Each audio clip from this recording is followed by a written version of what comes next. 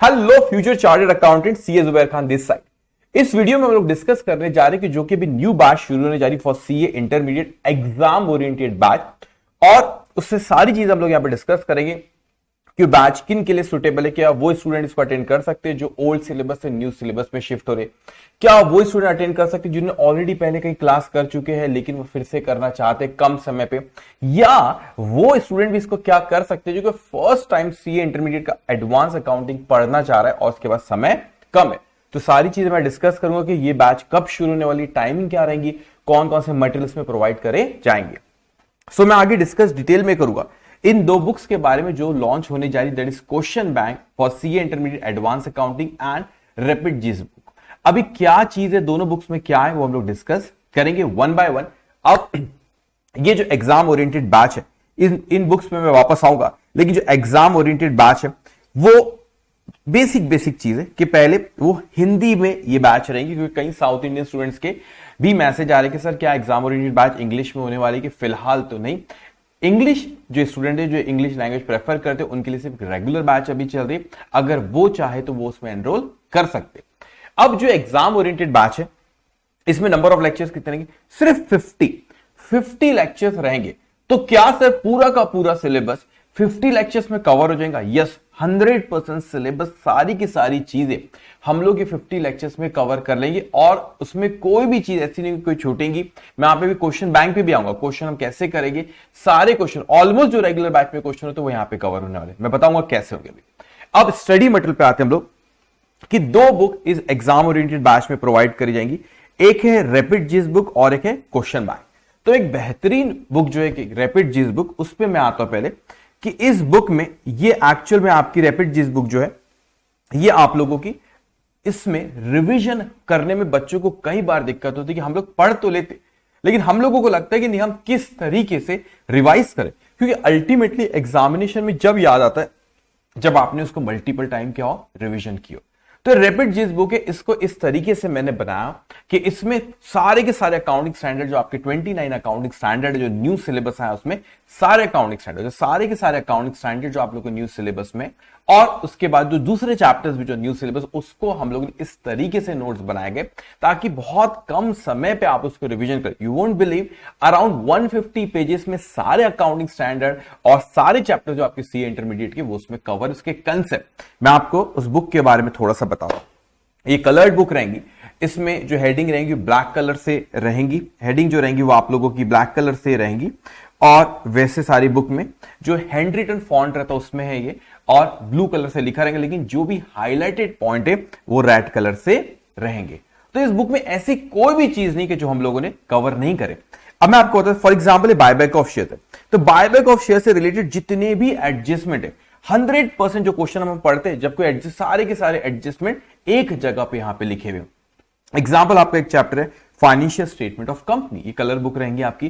तो financial statement of company में कई बार स्टूडेंट को डाउट आता है कि सर इसमें जो हेडिंग दी हुई है शेड्यूल 3 में वो आइटम जब इंडिविजुअल है तो कौन से हेडिंग के अंदर हमको लिखना रहेगा।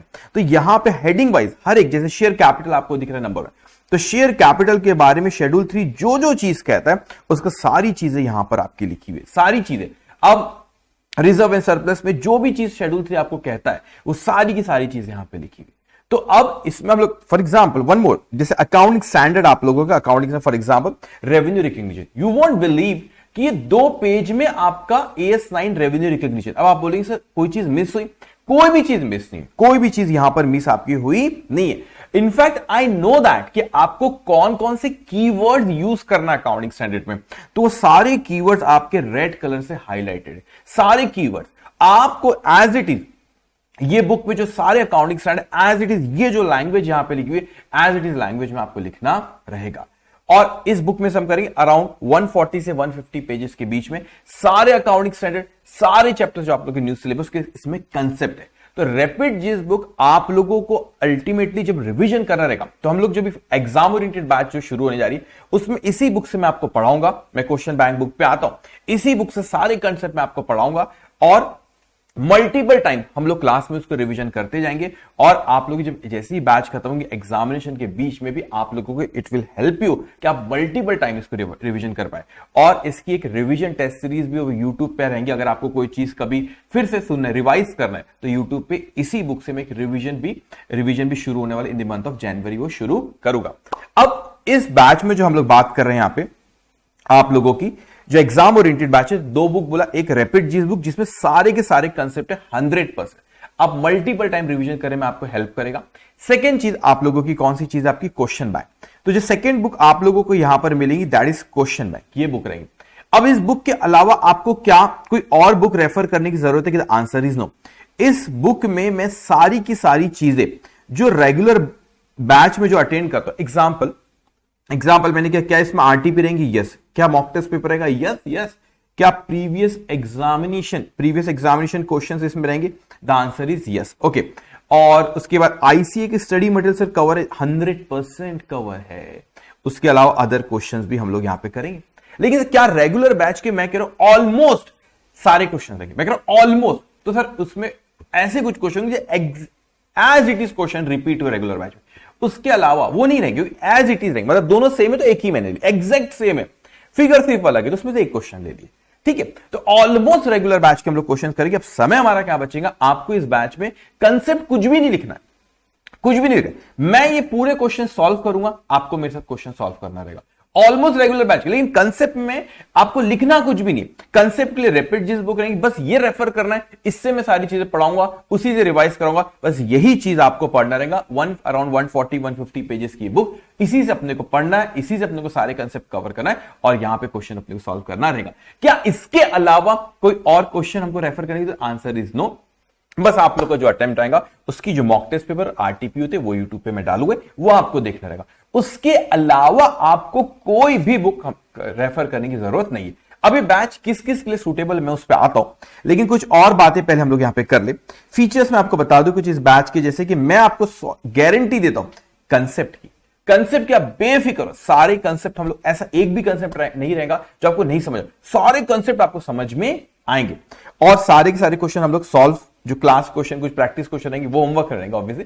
क्लास क्वेश्चन में सारे के सारे हम क्लास में ही सॉल्व करेंगे, और आप लोग की चैप्टर वाइज टेस्ट तो होंगी और फुल सिलेबस की भी टेस्ट होंगी। और वैसे बहुत होमवर्क मैं नहीं दूंगा क्योंकि आप लोग के समय कम है, मैं उस पर आता हूं। ऑलमोस्ट जो क्लास के क्वेश्चन है वो तो पूरे के पूरे हम करेंगे, होमवर्क भी आपको बहुत कम दूंगा, ज्यादातर जो पूरे के पूरे क्वेश्चन हम लोग क्लास में कवर करने वाले। उसके बाद आप लोग की चैप्टर वाइज टेस्ट होंगी और फुल टेस्ट आपके सिलेबस के बाद होंगी। मल्टीपल रिवीजन कैसे पॉसिबल है, सब लोग मल्टीपल रिवीजन वो भी ड्यूरिंग क्लास सेशन, यस। क्योंकि ये बुक ही इतनी प्यारी है, मैं क्या बोलूं, ये बुक इतनी प्यारी कि भाई आपने 2 पेज में विदाउट एनी जो मेन पॉइंट है उसको एक भी पॉइंट छूटा नहीं, और कैसी लैंग्वेज में लिखना उसका भी ध्यान रखा गया। कौन से कीवर्ड, सपोज आपका पेपर है कल, एग्जांपल के तौर पे कल आपका पेपर है, अब आपको रिवीजन करना, फटाफट 2 पेज कितना लगेगा आपको, जब इसको मल्टीपल, जब आप, मैं क्लास में आपको एक बार पढ़ाऊंगा फिर इसको रिवीजन कराऊंगा, रिवीजन बार बार करेंगे, तो आप, मैं गारंटी दूं कि कल आपका पेपर, उसके पहले it will not take more to 3 to 4 minutes, उस 5 मिनट मैक्सिमम ये इस पे लगेगा, 5 मिनट ज्यादा एक इस पे नहीं लगेगा आपको इस पे, ओके। तो 2 पेज है, आप इतने बार रिवीजन करो कि आपको आदत हो जाएगी, उसके वर्ड्स की आदत हो जाएंगे, उसमें क्या लिखा हुआ, ओके।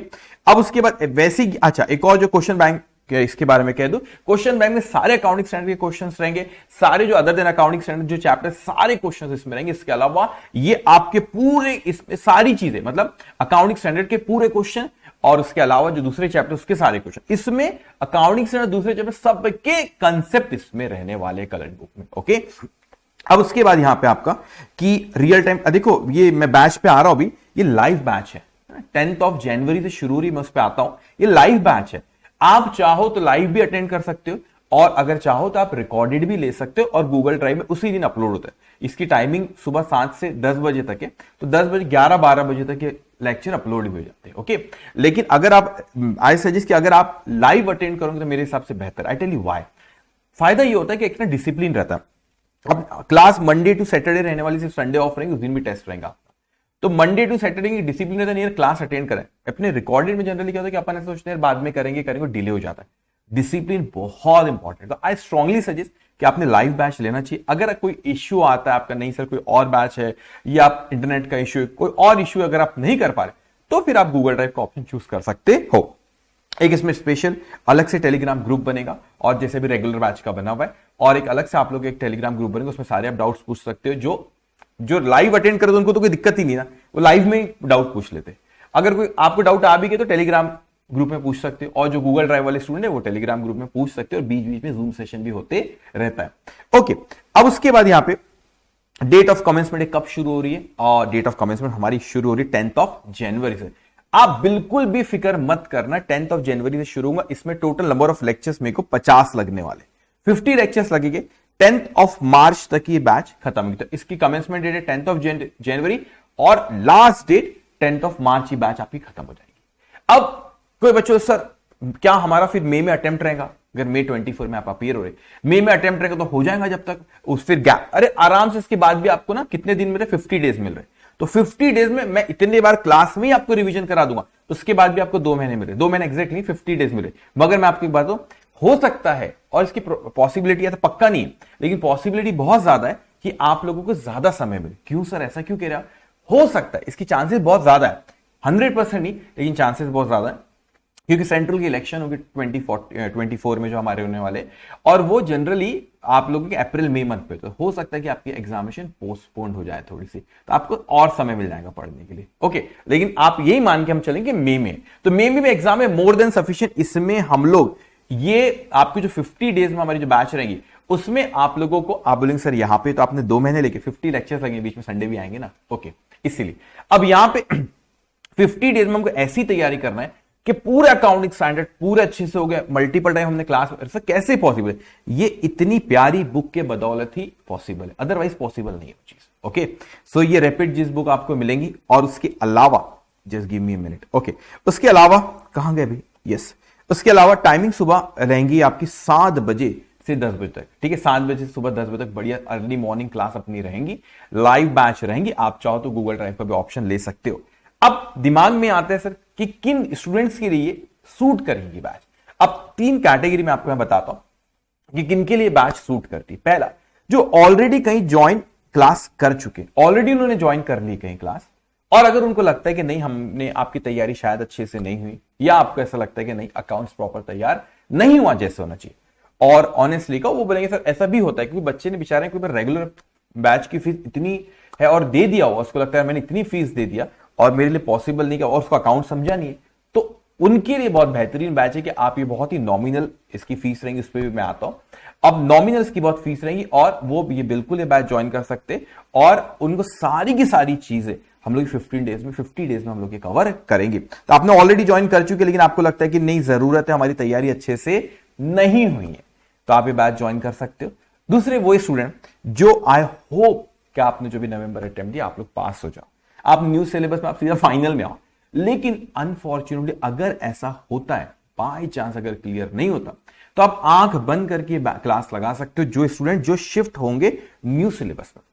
अब आप बोलेंगे नहीं सर क्या, मैं कई कुछ स्टूडेंट ऐसे भी जिन्होंने पहले ग्रुप 1 ही दिए थे, तो ग्रुप 2 का कुछ पढ़े ही नहीं थे, उन्हें एडवांस अकाउंटिंग जो ग्रुप कुछ पढ़े नहीं, तो उनके दिमाग में चीज आती है कि सर मैंने ग्रुप 1 ही पढ़ा था, ग्रुप 1 की, क्योंकि जो ओल्ड सिलेबस में ग्रुप 1 में भी अकाउंटिंग था और ग्रुप 2 में भी था, तो उन्होंने ग्रुप 1 दी, फिर बोलते सर ग्रुप 2 की तो तैयार, ग्रुप 1 सपोज क्लियर नहीं हुआ, तो वो बोलते कि सर अब तो अकाउंट्स को फिर से पढ़ना है, तो फिर वो सोचते कि सर अगर हमने ग्रुप 2 का एडवांस अकाउंटिंग हमने कभी पढ़े ही नहीं, तो हम रेगुलर बैच ज्वाइन करेंगे ये, तो मैं सजेस्ट करूंगा ये कर लो। अब बोलेंगे क्यों सर, आपके समय कम है, और मैं बता रहा हूं आपने कभी अकाउंट्स का एबीसीडी भी नहीं पढ़े और समय कम है, तो आंख बंद करके बैच के लिए मैं गारंटी लेता हूं तुम्हारी एग्जामिशन लाने की, आराम से आएगा, आराम से आएगा बेटा। ठीक है, you don't have to worry, आराम से आएगा।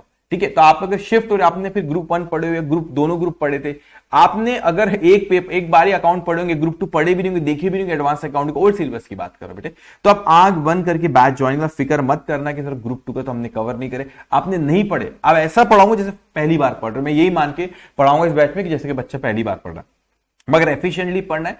अपने को 50 लेक्चर्स लेंगे, 3-3 घंटे के लेंगे और खत्म करना रहेंगे इस बैच को। ओके, तीसरा वो स्टूडेंट, थर्ड वो वाले student join for the first time, मतलब देखो मैं जो वो स्टूडेंट है जो फाउंडेशन क्लियर करके आता है या ग्रेजुएशन के बाद आता है, और जो नॉर्मल उसके समय रहता है 9 महीने पढ़ाई के लिए, रिजल्ट आता है फाउंडेशन के 9 महीने इंटर को रहता है, तो वो रेगुलर बैच ज्वाइन करे। लेकिन वो स्टूडेंट जो पहली बार पढ़ रहा है लेकिन बाई चांस समय कम है, कई बार ऐसा होता है कि समय कम, आपने पढ़े नहीं पहले, अब समय कम है, कैसे करूं, रेगुलर बैच में टाइम लगेगा।